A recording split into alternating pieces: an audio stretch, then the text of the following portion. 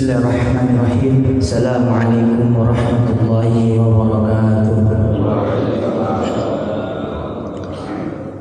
Alhamdulillah, wassalatu wassalamu ala Rasulillah wa ala alihi wa ashabihi wa dhurriyyatihi wa ala man ittaba'ahum bi ihsanin ila yaumiddin. Rabbi shrah sadri wa yassir li amri wahlul 'uqdatam min lisani yafqahu qawli. Subhanaka la 'ilma lana illa ma 'allamtana innaka 'antal 'alimul hakim. A'udzu billahi minasy syaithanir rajim. Bismillahirrahmanirrahim. Ya ayyuhalladzina amanu taqullaha haqqa tuqatih wa la tamutunna illa wa antum muslimun. Wa qala Rasulullah sallallahu alaihi wasallam, ittaqullaha haitsu ma kunta wa atbis sayyi'ata al-hasanah tamhuha wa khaliqin nasi bi khuluqin hasanah.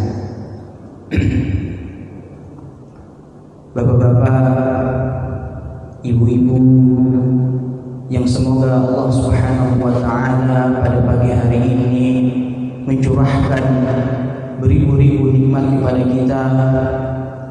Tentunya di antara nikmat yang paling mulia, nikmat yang paling agung tentunya adalah nikmat waktu luang, sehingga kita bisa berkumpul di tempat yang mulia ini, di Masjid Al-Barakah. Alhamdulillah, pertemuan pada pagi hari ini yang mungkin telah di-share oleh DKM berkenaan tentang At-Tauhid wa Tahqiquh, yaitu tema yang berjudul Tauhid dan bagaimana cara mengaplikasikannya atau implementasi dalam kehidupan sehari-hari. Bapak-bapak dan ibu-ibu yang dirahmati oleh Allah Subhanahu wa taala, tentu ada satu ayat yang mungkin sama-sama kita hafal atau paling tidak sering kita dengar di dalam khutbah, di dalam para khutbah Jumat ataupun kultum. Ini biasanya kultum atau kuliah gitu Pak. Kalau kultum kan kuliah terserah Mbak. Jadi ya terserah saya gitu. Jadi memang di Indonesia ini Pak, ada yang namanya kultum, ada yang namanya tausiah, ada yang namanya ceramah, apalagi Pak? Banyak ya. Jadi itu nggak ada Pak di Timur Tengah itu Pak, yang namanya macam-macam kayak gitu. Coba aja kita bikin di Timur Tengah sebuah pertemuan halaqah gitu. Itu pasti didatangin sama sipir-sipir itu Pak. Dan kamu lagi buat apa? Ini cuma ada di Indonesia itu Pak, masya Allah. Ya, ada tabligh akbar juga kan, masya Allah. Apalagi kalau tabligh akbar biasanya itu muqaddimah bisa sampai 20 menit itu Pak. Ya, padahal isinya cuma lawakan. Maka mudah-mudahan dengan tema yang mulia ini, asas daripada sebuah agama, asasuddin at-tauhid. Kata Rasulullah sallallahu alaihi wasallam, di antara iman yang paling tinggi adalah kalimat la ilaha illallah wa naha imatatul adza anit thariq. Dan di antara iman yang paling terendah adalah kau menyingkirkan segala sesuatu yang mampu mengganggu manusia. Wal haya'u syu'batun minal iman. Di antara bentuk juga kita punya iman Pak, Bu, adalah memiliki rasa malu. Alhamdulillah kita diberikan rasa malu oleh Allah Subhanahu wa taala. Malu agar aib kita untuk tidak dikenal. Malu ketika kita melakukan maksiat di depan anak-anak kita, di depan istri kita, di depan orang tua kita. Itu di antara bentuk iman juga Pak. Maka tentunya ada satu ayat yang sama-sama kita hafal di dalam surat Az-Zariyat ayat 56, di mana ayat ini permulaan di dalam kitab Tauhid. Beliau mengatakan wa ma khalaqtul jinna wal insa illa liya'budun. Dan tidaklah kami ciptakan manusia dan juga jin melainkan untuk beribadah. Sebetulnya di dalam lafaz liya'budun itu harus ada yang namanya maf'ul bih di dalam ilmu bahasa Arab, yaitu ada yang namanya subjek, predikat, dan objek.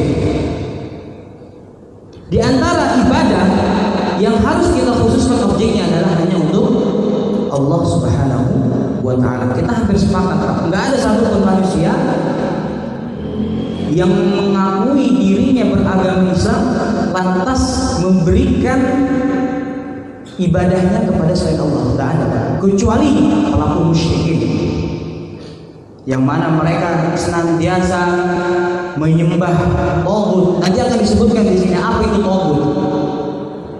Ya, sebelumnya kita akan membahas apa itu tauhid.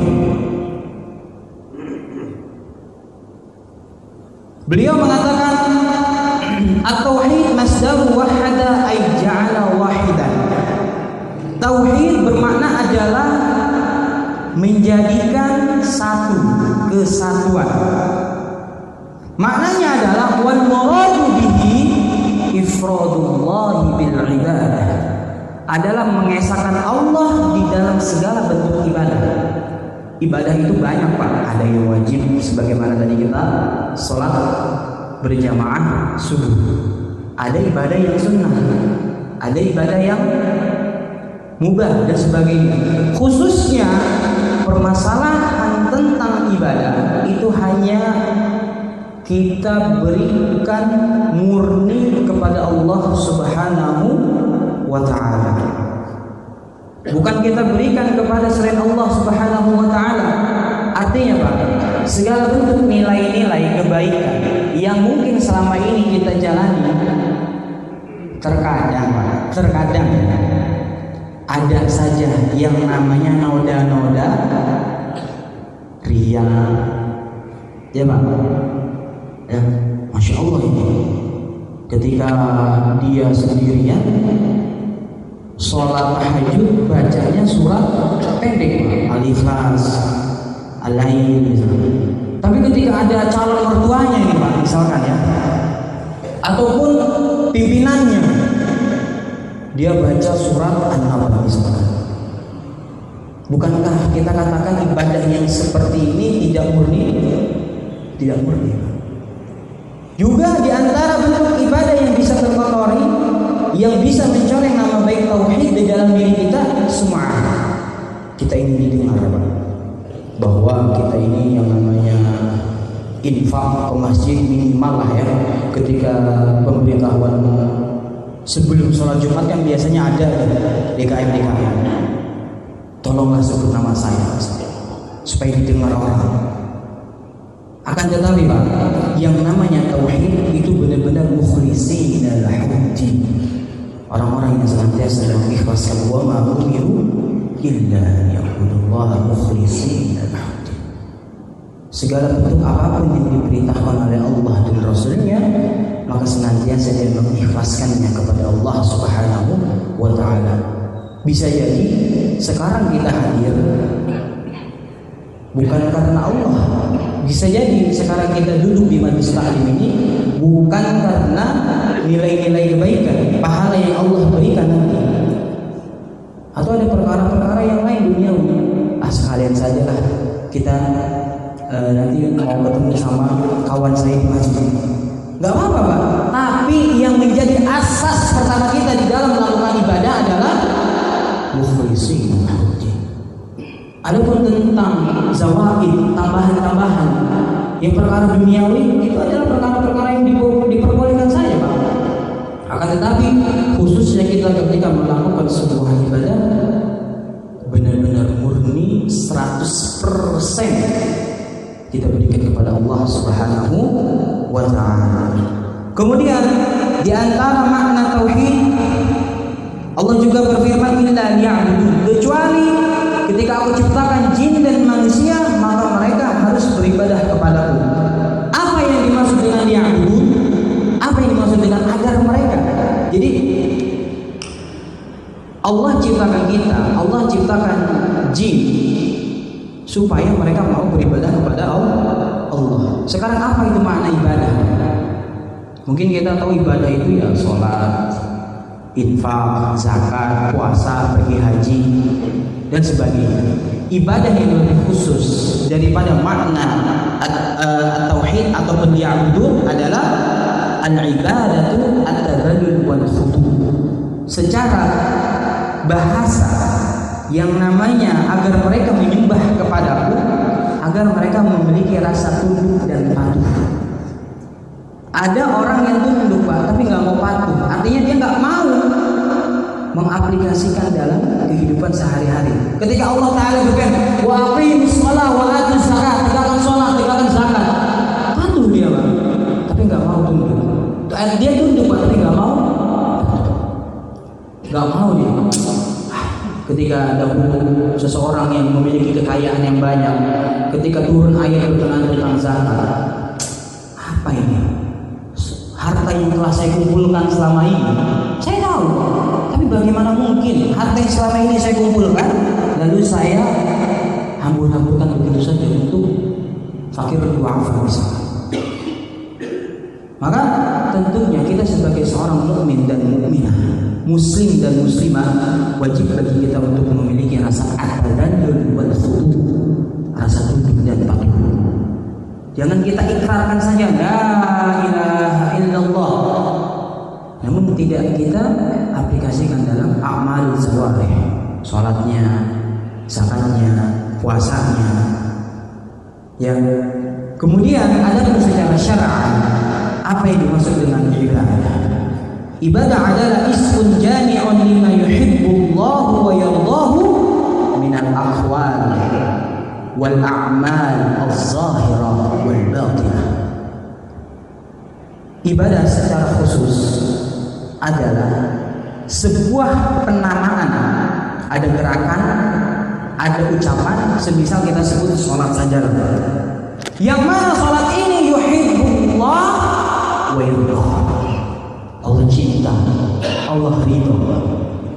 Jadi syaratnya ketika kita ingin melakukan ibadah, sudah ada yang namanya kecintaan Allah kepada ibadah tersebut dan legitimasi daripada idn syari', yaitu Allah Subhanahu wa taala melalui lisannya Rasulullah sallallahu alaihi wasallam. Artinya sudah ada yang namanya tata caranya, Pak. Sekarang kalau kita katakan seseorang beribadah sholat, kemudian dia tidak membaca surat Al-Fatihah, dia tegakkan tuh, Allah cinta sholat, cinta. Akan tetapi Allah ridho nggak? Nggak ridho. Kenapa? Karena ada satu rukun yang tidak dia baca, maka batal sholatnya. Maka harus ada yang namanya syariat mengajarkan melalui Rasulullah Shallallahu Alaihi Wasallam. Oleh karenanya kita di dalam ibadah itu ada kaidah. Tidak setiap perkara-perkara ibadah yang kita lakukan lantas menjadikan untuk kita lakukan hanya berdasarkan Allah cinta. Tidak. Tapi harus juga Allah Subhanahu wa taala ridha kepada. Baik itu nanti ibadah sifatnya akwal, zikir-zikir misalnya. Amar ma'ruf nahi munkar, ibadah bukan? Ibadah. Ada satu kisah, Pak. Seseorang expert sekali terhadap ibadah, bagus, Pak. Kita itu ahlu sunnah wal jamaah itu at-tawassut wal i'tidal, pertengahan dan moderat. Artinya pertengahan itu tidak mencong kanan, tidak mencong kiri. Sebisa mungkin kita pertengahan di dalam hal apapun. Kita yakin, saya yakin Bapak dan Ibu akan mengatakan amar ma'ruf nahi munkar, memerintahkan perkara-perkara yang baik dan mencegah perbuatan yang terlarang, itu tegak sampai hari kiamat. Kita yakin. Akan tetapi harus melalui yang namanya proses-proses. Ketika ayat khamr sekarang lagi ramai itu Pak, masalah Nabi itu. Jadi khamr itu Pak, khamr itu memang pure berasal daripada anggur. Nabi itu sama juga ilahnya adalah muskir haram. Kullu muskir haram. Setiap hal yang memabukkan pasti haram. Jadi mau namanya nabi kayak ada label ini dan sebagainya, kalau dia ilahnya sebab dia itu memabukkan udah pasti haram. Itu banyak perkara-perkara yang sekarang itu lagi viral ini. Apakah benar ini ada izin dari MUI atau tidak? Ya, intinya perkara-perkara yang kontemporer sekarang disebut nabi itu mungkin, mohon maaf ya, kita sebut saja misalkan minuman-minuman yang beredar di anak-anak muda sekarang, ginseng, minuman-minuman seperti itu. Mohon juga ciu ya, ada istilah-istilah begitu. Itu semua perkara-perkara haram. Itu namanya nabi. Kalau khamr itu memang jelas perasan daripada apa? Anggur. Kemudian difermentasikan, ditunggu beberapa pekan, kemudian menjadi minuman-minuman yang memabukkan. Adapun ada istilah dalam fikih namanya nabi. Nun, ba, ya, da, nabi. Itu. Jadi nggak apa-apa kita sebut khamr juga. Nah, jadi diantaranya amar ma'ruf nahi munkar. Kita kalau yakin akan tegak sampai hari kiamat. Akan tetapi harus yang namanya melalui proses. Sebagaimana Allah juga ketika menurunkan ayat tentang khamr, Allah tidak langsung mengharamkan. Agar kenapa? Agar hati itu bisa menerima cukup. Misalkan ada dulu seorang santri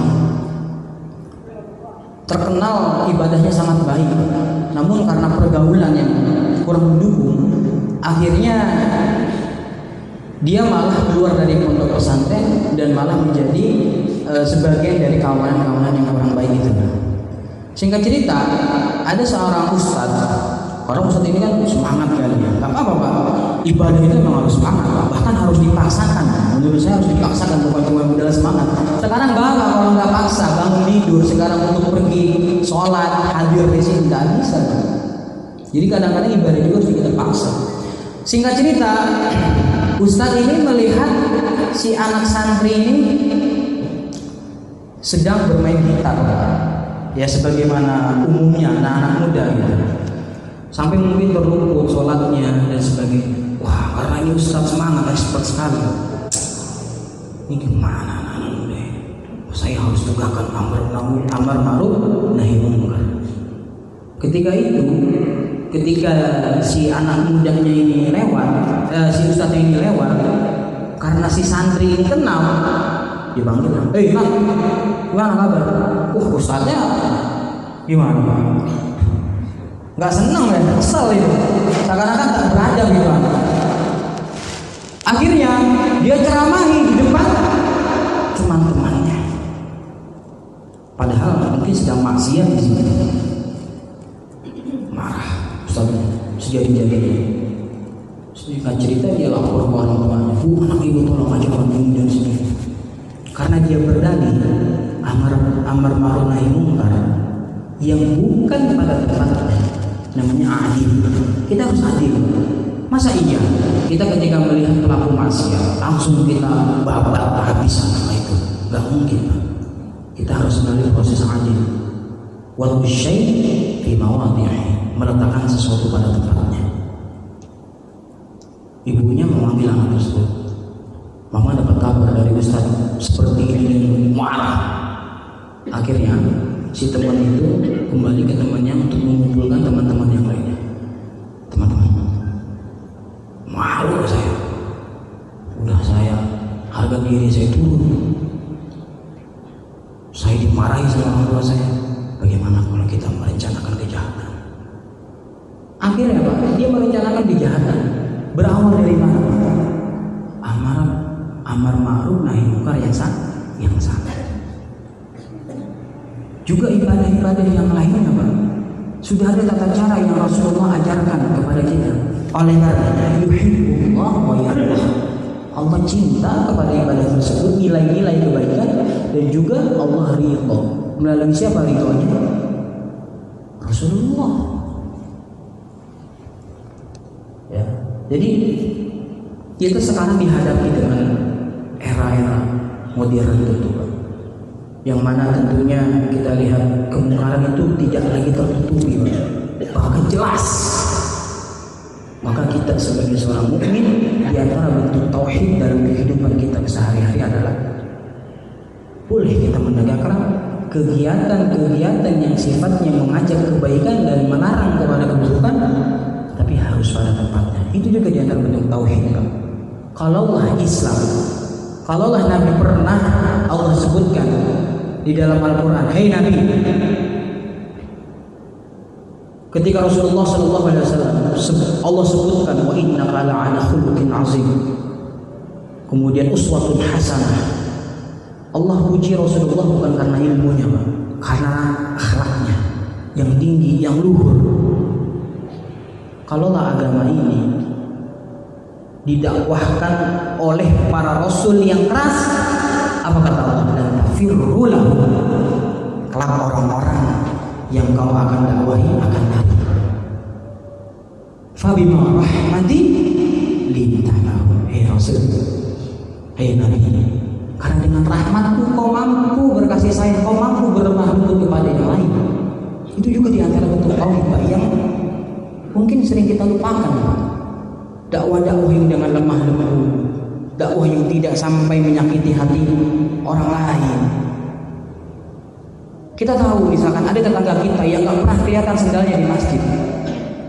Kita tahu mungkin ada jamaah kita, tetangga kita puluhan tahun gak pernah tegur sapa. Tapi karena kita bermodalkan tauhid yang kurang. Karena apa? Karena tauhid kita bukan karena agama, tapi bisa berdasarkan hawa nafsu. Ini terjadi. Banyak akhirnya dakwah-dakwah yang keras, yang akhirnya tidak diterima oleh kalangan anak muda. Ini anak-anak, saya terus terang saja, saya masih muda. Saya tiap hari mungkin teman-teman saya itu bukan cuma dia jahat, bahkan nggak pernah sholat. Tapi bagaimana kita bisa mengaplikasikan tauhid dalam kehidupan kita sehari-hari kalau yang semua kita lihat semuanya itu apa? Berdasarkan hawa nafsu. Coba kita perhalus hati kita dengan apa? Tazkiyatun nafs, pensucian hati. Ketika kita melihat ada kawanan-kawanan kita yang memang belum sholat, barangkali dia belum bisa wudhunya. Coba kita berikan uzur. Maka tentunya banyak sekali Pak hal-hal yang bisa kita lakukan ketika kita ingin berdakwah dengan dakwah tauhid di dalam kehidupan sehari-hari kita. Banyak sekali Pak. Tapi dengan syarat tadi itu Pak, Allah cinta dan Allah ridha. Juga di antara bentuk ibadah juga di antara lain selain aqwal, ucapan, zikir dan seterusnya, al-a'mal az-zahirah. Di antara lain juga adalah dengan melakukan daripada anggota tubuh kita, dengan sujud kita, dengan kita menunaikan haji. Alhamdulillah di sini kalau ada yang baru pulang dari haji kemarin, mudah-mudahan Allah jadikan haji yang mabrur dan juga haji mabrur. Amin ya rabbal alamin. Kemudian beliau mengatakan, apa sih kesimpulan daripada makna ayat wa ma khalaqtul jinna wal insa illa liya'budun? Anna Allah Ta'ala akhbarahu annahu ma khalaqal insa wal jinna illa li'ibadatihi fahiya bayanun lil hikmati fi khalqihi. Allah Subhanahu wa Ta'ala mengkhabarkan kepada para hamba-hambanya bahwa tidaklah Allah menciptakan jin dan manusia melainkan untuk beribadah. Oleh karenanya ibadah ini merupakan bentuk daripada hikmah Allah menciptakan manusia dan adanya masalah. Allah sebenarnya nggak butuh Pak. Allah butuh nggak kepada sholat kita? Allah butuh nggak kepada puasa kita? Saya yakin nggak akan butuh. Tapi kita butuh. Kan ada ya anak-anak muda. Saya sering sekali Pak. Saya terus terang aja. Saya memang kebanyakan dakwah dengan anak muda Pak. Ya. Setiap pekan itu saya hadir di, mohon maaf, tongkrongan-tongkrongan yang Allah musta'an. Tapi bagaimana kita harus bisa setidaknya memberikan sisipan-sisipan. Ya, itu juga diantara bentuk tauhid itu. Kita mengajak Bang. Ayolah kita sholat, kapan lagi? Oh iya. Kalau kita, ente udah gak sholat lagi. Oh, habis. Tidak dengan cara itu. Islam ini rahmatan lil alamin. Kita harus bisa berkasih sayang, Pak. Khususnya kepada rekan-rekan kita, kerabat kita, terlebih lagi keluarga kita, anak-anak kita, orang tua kita yang belum mau sholat. Mudah-mudahan Allah berikan hidayah akhirah umat Rasulullah SAW bisa masuk surga. Amin ya rabbal alamin. Falam yurid minhum ma turid sa'adah min 'abidihi min al-i'anati lahum bil rizqi wal minam. Allah enggak butuh. Allah enggak butuh rezeki dari kita. Allah enggak butuh makan dan minum. Wa innama arada al-maslahah. Akan tetapi Allah ingin maslahat dari para hamba-Nya. Setidaknya ketika seseorang misalkan sholat, setidaknya dia sudah memutus status kehambaan dia kepada Allah Subhanahu wa ta'ala. Ya Rabb, saya sudah melakukan sholat. Kau mau terima atau tidak itu hak kau. Yang penting sudah memutus status. Sebagaimana kita kerja nih Pak. Kita kalau kerja ikuti SOP ya sudah. Nanti mau pimpinan melihat kita salah, yang penting SOP salah kita juga sholat. Makanya saya sedikit kurang setuju dengan slogan dahulukan adab itu di atas ilmu. Salah menurut saya. Sekarang bagaimana kita katakan seseorang beradab kepada sesama manusia, tapi dia nggak beradab kepada Allah Subhanahu wa Ta'ala. Jadi yang namanya adab itu harus melalui proses ilmu, Pak. Sekarang seseorang, udahlah, ngapain juga kita berhijab, belum tentu kita diterima sholat kita. Yang penting kita biasa aja. Justru yang berhijab saja belum bisa baik, gimana yang nggak bisa? Yang nggak pakai hijab, ngapain kita sholat? Belum tentu sholat kita diterima. Yang penting kita beradab kepada manusia. Justru orang yang sholat saja belum bisa baik, apalagi yang nggak sholat, Ini sekarang banyak Pak. Ya, saya bilang ini di alam kita jokes seperti itu banyak sekali Pak. Tapi mau nggak mau kita harus terima yang namanya stempel seperti itu. Lalu bagi kita pelaku penegak keadilan, apalagi terlebih yang memiliki hak otoritas berdoktrin, kita harus selamatkan mereka. Maka itu diantara sebenarnya bentuk tauhid kita kepada Allah Subhanahu wa Ta'ala. Jadi ibadah itu tidak secara khusus hanya melakukan rukun-rukun Islam saja Pak. Banyak ternyata ibadah yang mungkin kita lakukan tanpa kita sadari bernilai pahala. Kita contohnya misalkan ada biasanya, mungkin bapak dan ibu tahu, ada satu masjid yang biasanya kalau kita selepas sholat itu sendal rapi semua. Ada nggak? Itu biasanya ada. Kita kenal sebuah ormas sebelah misalkan.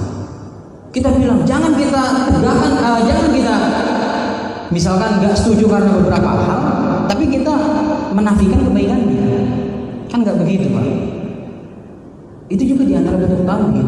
Bukan tauhid kamu bisa sholat sampai rawatibnya, sunnah rawatibnya kamu lakukan. Banyak hal. Bahkan Rasulullah SAW mengatakan kafa bil mar'i isman an yahtaqir akhal muslim. Di antara seseorang beriman kepada Allah Subhanahu wa Ta'ala, ketika cukuplah seseorang berdosa, dikatakan berdosa manakala ketika dia merendahkan saudaranya yang muslim.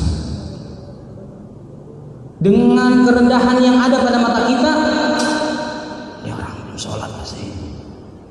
Ini orang sholatnya belum benar, misalkan.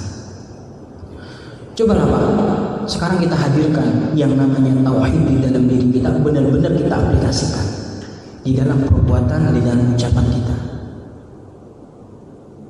Jadi secara tidak langsung kita sebenarnya sudah sering menerapkan tauhid itu. Asas daripada sebuah agama yaitu tauhid. Tanpa adanya tauhid maka sebuah agama akan roboh. Percuma kita sholat, zakat, pergi haji, umroh, mungkin bulanan, tapi lisan kita sering juga menyakiti hati orang lain. Man kana yu'minu billahi wal yawmil akhir falyakun khairan aw liyasmut. Kita kan sering dengar ya, Pak. Di antara bentuk seseorang beriman kepada hari akhir adalah berkata efek atau diam. Coba sekarang kita masukkan nilai-nilai kebaikan di dalam tauhid, khususnya untuk diri kita. Kita muhasabah diri. Selama ini tauhid yang kita tegakkan dalam diri kita berdasarkan apa? Apakah hanya berdasarkan nafsu? Apakah hanya berdasarkan ego? Apakah hanya berdasarkan dunia, apalagi politik? Maka coba kita renungkan sholat kita, hadirnya kita ke majelis taklim, menafkahi istri dan anak-anak kita. Apakah karena itu saya tidak pusing ini nyari biaya kemana lagi? Sampai akhirnya padahal udah cukup, Pak, kira ada korupsi dan sebagainya. Sebenarnya itu juga tauhid, Pak. Kita bekerja, kita menafkahi anak dan istri kita dari pekerjaan yang halal, itu bukan tauhid. Itu ibadah. Kita pergi bekerja, kemudian kita meninggal, dikatakan apa? Mati syahid. Masya Allah. Jadi sebenarnya secara nggak langsung itu kita sudah banyak sekali mengaplikasikan tauhid di dalam kehidupan sehari-hari. Kemudian apa yang mampu kita petik dari ayat Al-Zariyat ayat 56 ini? Wa ma khalaqtul jinna wal insa illa liya'budun.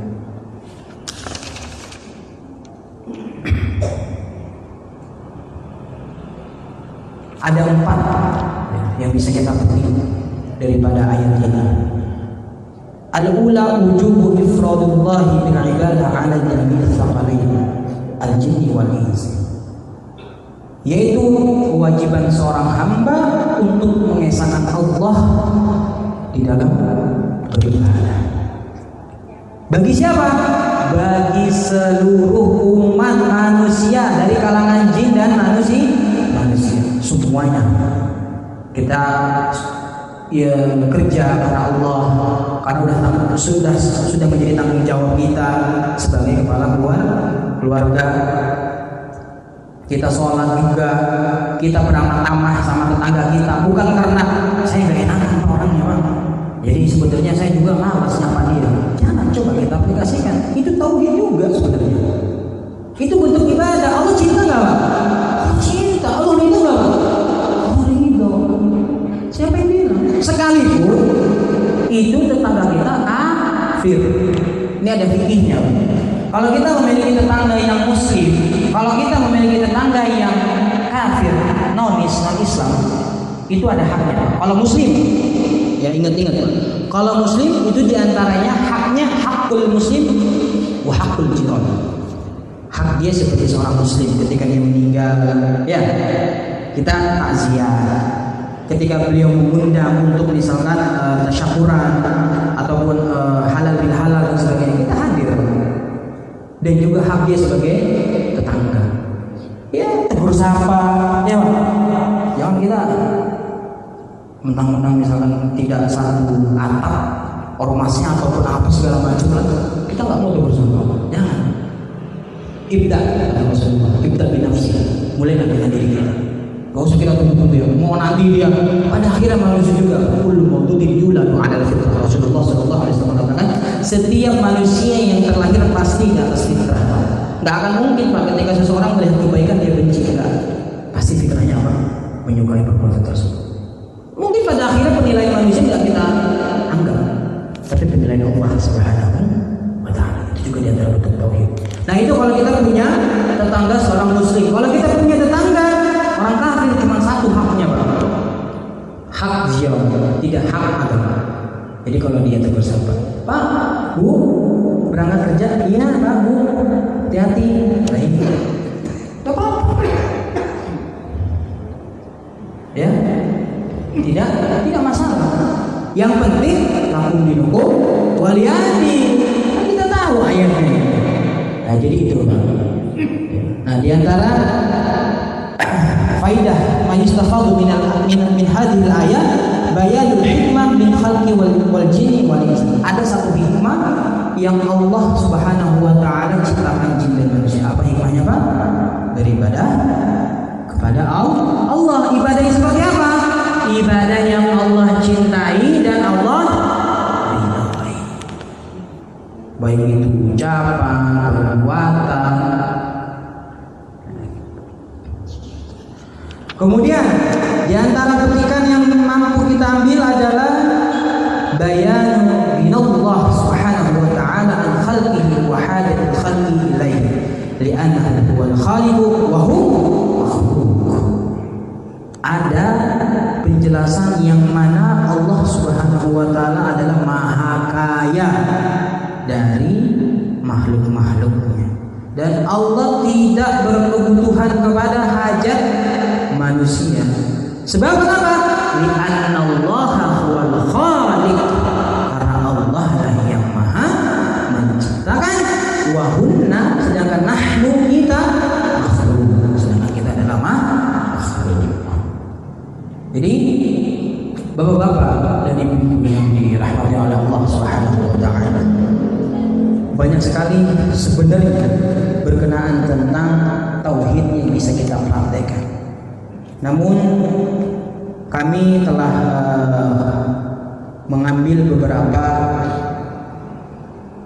poin penting. Ya, saya katakan penting sekali karena ini berkenaan tentang kita sebagai makhluk sosial yang mau nggak mau, suka nggak suka, kita pasti bertemu orang lain. Bagaimana sih kita bisa mengaplikasikan tauhid di dalam kehidupan sosial? Di antaranya, Pak, banyak sekali ya kalau kita katakan tentang ayat-ayat tauhid. Wa ma arsalna min qablika min rasulin illa nuhiya ilayya annahu la ilaha illa huwa fa'budun wa laqad ba'atsna fi kulli ummatin rasulan an i'budullah wajtanibut taghut. Nah, ini tadi saya singgung taghut. Di sini ada kata-kata taghut. Taghut itu adalah mustaqun min at-tughyan. Adalah sebuah pecahan kata daripada tughyan, adalah menjauh satu hal-hal. Jadi yang namanya taghut itu adalah melampaui batasan. Makanya tadi saya bilang muslim itu pertengahan sikapnya. Tapi yang dikatakan taghut dalam Islam adalah fakullu ma ubida min dunillah wa huwa radin bil ibadah. Apa yang dikatakan taghut? Taghut itu adalah setiap segala sesuatu yang diibadahi selain Allah dan dia ridha. Ya, baik itu dia udah mati atau masih hidup. Contohnya misalkan ketika dia mati, dia berpesan, nanti kalau saya meninggal, suruh jamaah saya itu ya ibadah kepada saya. Naudzubillah, naudzubillah. Atau dia masih hidup, tapi dia menganggap bahwa nggak masalah. Naudzubillah, itu tandingan Allah Subhanahu wa taala. Ya. Bisa murtad. Ya, hal semacam itu. Nah, kemudian kita sebagai makhluk sosial tadi yang saya katakan ada hal-hal atau perilaku yang mencerminkan pemahaman kita terhadap tauhid di dalam kehidupan sosial. Di antaranya yang pertama adalah satu, tidak merasa hebat. Ya, tidak merasa hebat. Hebat dalam apa? Duniawinya kita, ukhrawinya kita, apalagi, Pak? Apa yang mau kita banggakan dari ibadah-ibadah kita, Pak? Ibadah yang selama ini mungkin kita baru Allahu Akbar, udah keinget besok meeting, pergi kemana ya, weekend, bener, Pak? Ya, Sami Allahu liman hamidah. Nanti pagi sarapan apa ya? Lontong sayur kan? Bubur kacang atau apa? Nah itu, Mas. Makanya perkara ukhrawi apa? Duniawi juga. Semua yang mau kita bawa itu ketika kita meninggal. Enggak. Cuman aman, soleh. Fatazawwadu fa inna khairaz zadi taqwa. Allah Subhanahu wa taala mengatakan, berbekallah engkau karena sebaik-baik berbekal adalah takwa. Jadi jangan sampai. Maka Rasulullah Shallallahu Alaihi Wasallam mengatakan, la yadkhulul jannah man kana fi qalbihi mithqalu dzarrah minal kibr. Tidaklah seseorang akan masuk surga manakala di dalam hatinya ada kesombongan meskipun sebesar biji pisang. Tidak merasa hebat, tidak sombong. Artinya kita rendah hati, tidak memandang orang dengan pandangan yang remeh. Tidak memandang orang dengan pandangan yang menganggap bahwa ibadahnya di bawah kita. Tidak. Semua yang telah Allah berikan, semua yang telah Allah kita lakukan pada hakikatnya bukan karena kehebatan yang ada dalam diri kita. Semuanya karena rahmat dan hidayahnya Allah Subhanahu wa Ta'ala. Semua bukan karena dua hal itu. Bahkan kita masuk surga sebenarnya bukan karena hanya sebatas karena amalan-amalan kita, karena kasih sayang Allah kepada kita. Maka apa yang mau kita banggakan, mau kita sombongkan, itu juga dia bentuk tauhid. Kemudian di antara bentuk tauhid yang kedua adalah dalam kehidupan kita sosial adalah dengan mensyukuri segala apa yang telah Allah berikan kepada kita. Nafas, kita mungkin lihat saudara-saudara kita yang di rumah sakit untuk bisa bernafas saja harus bayar, Pak. Ya, mungkin di sini saya lihat sepuh-sepuh semua ini, masyayikh semua ini ya. Insyaallah Allah masih berikan kita nafas ya, Pak ya. Allah masih berikan kita waktu luang, nikmatan yang maghbuni fihi katsirun minan nas, as-sihhatu wal faragh.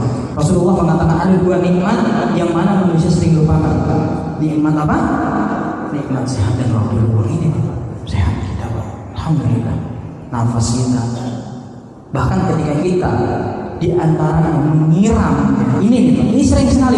Cuma kita karena memang seperti itu, karena Rasulullah mengatakan segala sesuatu itu, Pak, perkara-perkara yang baik itu biasanya jiwa nggak suka, benar nggak? Orang sholat sebenarnya jiwa tuh nolak, itu biasa begitu. Wasyahwati, adapun perkara-perkara yang terlarang itu biasanya jiwa suka, ya kan? Dalam kalau sholat nonton bola semalam ada apa? Indonesia sama Malaysia kan? Berapa? Saya nggak nonton, Pak. Nah, jadi dengan nafas yang telah Allah berikan kepada kita, mungkin ayatnya kita hafal. Apa? Wala in syakartum la azidannakum wala in kafartum inna adzabi lasyadid. Siapapun di antara kalian yang bersyukur, pasti Pak, kalau kita belajar bahasa Arab itu lamnya itu lam taukid penegasan, pasti akan aku tambah nikmatnya ternyata nggak harus berbentuk materi, Pak. Sekarang kalau misalkan dia ada, Pak, tetangga saya, Masya Allah, Subhanallah, mungkin juragan kontrakan, Pak, di rumah saya hampir mau mendekati ratusan. Satu kontrakannya itu kurang lebih 550.000. Ini nggak tahu ya di sini berapa yang kontrakan. Tapi satu, Pak, Allah nggak kasih dia bisa makan nasi. Kalau udah makan nasi langsung, nah seperti itu ya. Jadi ya udah, makanya cuma vegetarian aja, Pak, sayur-sayuran. Nah sekarang kita masih bisa merasakan nikmat jengkol, apa besar banyak, seblak lah, apa segala macam. Nah, itu juga nikmat yang kalau kita bersyukur pasti Allah datang. Enggak mesti berbentuk materi. Kemudian yang terakhir, ini udah 40 menit ya, Pak. Soalnya saya biasanya kultum itu kuliah setara antum, Pak. Gitu. Yang terakhir, yakin bahwa segala yang ada di dalam dunia ini sudah pasti menjadi qadarullah. Inna kulla syai'in, dalam surat Al-Qamar Allah Ta'ala berfirman, inna kulla syai'in khalaqnahu biqadar. Bahkan Rasulullah sallallahu alaihi wasallam kata, wallahu maqadir al-makhluq ay yakhluqa as-samawati wal ard, ya, bi maqadir al-makhluq. Allah Subhanahu wa taala sebelum menciptakan langit dan bumi ini telah Allah takdirkan takdir makhluk di mana? Di Lauhul Mahfuz. Jadi beberapa yang Allah Subhanahu wa taala, kesimpulan daripada tema yang berjudul tauhid. Tauhid bukan hanya kita melakukan nilai-nilai kebaikan di dalam diri kita, akan tetapi pentingnya kita bersosialisasi yang terkadang ini sering terjadi gesekan-gesekan antara masyarakat. Benar Pak? Sehingga terjadi permusuhan. Ya, apalagi 3 hari nggak tegur sapa. Jangan sampai seperti ini Pak. Maka kalau kita mampu bertauhid kepada Allah Subhanahu wa taala, maka praktekkan di dalam kehidupan sehari-hari. Yang kita cari real aja Pak hidup itu Pak. Gak usah yang terlalu sulit-sulit. Jelas-jelas kita hidup kok di dalam masyarakat, kita nggak mau tegur sapa, nggak mau misalkan kemarin Agustusan nggak mau ikut berpartisipasi, itu juga dia terbentuk tauhid. Ya, jemaah bapak-bapak dan ibu, saya juga nanti jam 8 mungkin bapak-bapak kenal ya sama Profesor Ahmad Dr. Ahmad Satori. Saya hari ini mau bertemu beliau dengan kawan-kawan di perkumpulan IKADI, Ikatan Dakwah Indonesia di Bangku Apus. Hari ini kita pertemuan terakhir dan juga pengukuhan pemberian sertifikat di angkatan kami sekarang ini. Ya, jadi mudah-mudahan saya juga masih banyak belajar Pak tentunya di dakwah ini, khususnya juga anak-anak muda yang memang saya sebenarnya adalah fokus saya di situ Pak. Bagaimana kita bisa menegakkan agama ini secara rahmatan lil alamin. Maka mudah-mudahan yang dirahmati Allah Subhanahu wa taala, Bapak dan Ibu, sedikit kurangnya saya memohon maaf bila mana ada tutur atau kata atau perbuatan yang kurang berkenan daripada hati Bapak-bapak dan Ibu-ibu. Yang benar dari Allah Subhanahu wa taala, yang salah dari saya. Wabillahi taufiq wal hidayah. Assalamualaikum